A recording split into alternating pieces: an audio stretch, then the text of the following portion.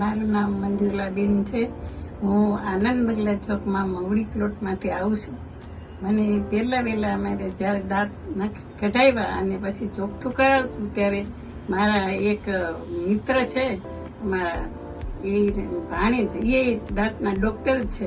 એમણે મને અહીંયા માર્ગદર્શન આપ્યું કે તમે ડૉક્ટર આનંદ જસાણી સાહેબ આગળ જાઓ, ત્યાં બહુ સરસ કામ તમારે થઈ જશે એમ. એટલે અમે અહીંયા આવ્યા અને અમે બધાએ નામ લખાયું, ફોર્મ ભર્યું. બધા સ્ટાફનો સ્વભાવ અમને બહુ સરસ લાગ્યો અને એમ કે કામ એ સરસ લાગ્યું.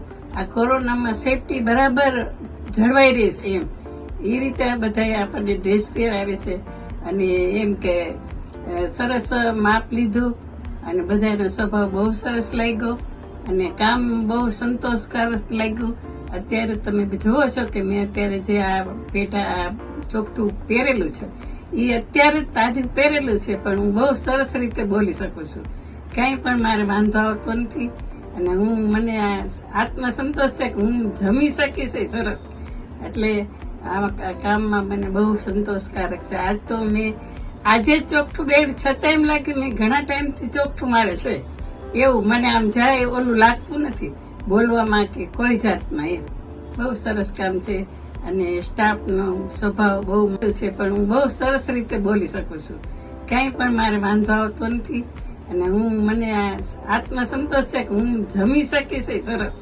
એટલે આ કામમાં મને બહુ સંતોષકારક છે. આજ તો મેં આજે ચોખ્ઠું બેડ છતાં એમ લાગે મેં ઘણા ટાઈમથી ચોખ્ઠું મારે છે એવું મને આમ જાય ઓલું લાગતું નથી બોલવામાં કે કોઈ જાતમાં. એમ બહુ સરસ કામ છે અને સ્ટાફનો સ્વભાવ બહુ માયાળુ છે, બહુ સરસ છે. ડૉક્ટર સાહેબનો બહુ છે.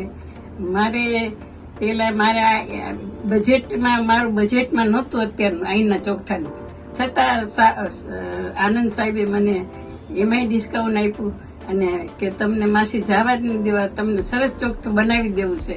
એમાંય મને ડિસ્કાઉન્ટ આપી અને સરસ ચોખ્ઠું બનાવી દીધું છે. જય ભારત.